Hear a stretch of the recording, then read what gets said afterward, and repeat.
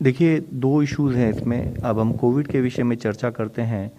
तो जैसे हम मिनिस्ट्री ऑफ एक्सटर्नल अफेयर्स के साथ कंटिन्यूड बेसिस पर डिस्कशन करते रहते हैं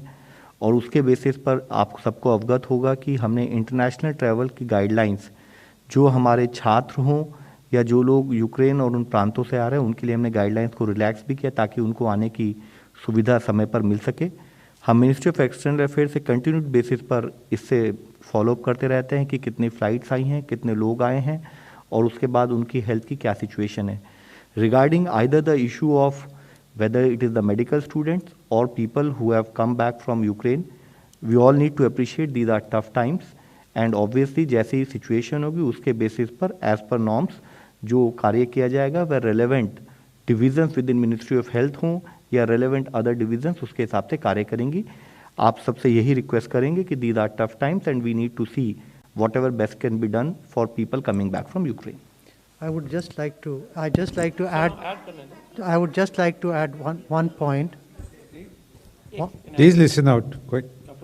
What has been said for those students, we would like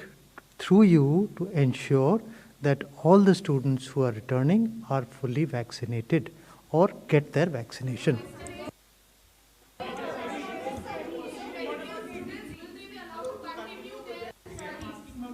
ma'am, मैंने आपसे बिल्कुल क्लियर शब्दों में यही सबमिट किया था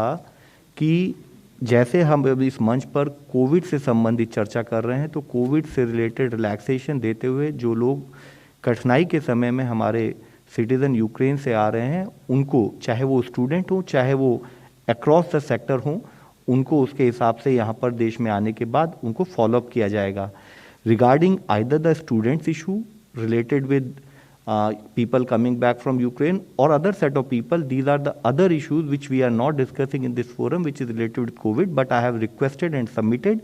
कि जो appropriate divisions हैं जो इस सब्जेक्ट से डील करती हैं, वह उसके लिए नियम के अनुसार चाहे ज़रूरत होगी जो भी कार्य किया जाएगा, ताकि जो हमारे चाहे स्टूडेंट्स हो चाहे हमारे सिटीजन्स हो वहाँ से लौट के आ रहे हैं, हम उनको रिक्वायर्ड सपोर्ट प्रोवाइड कर सकें।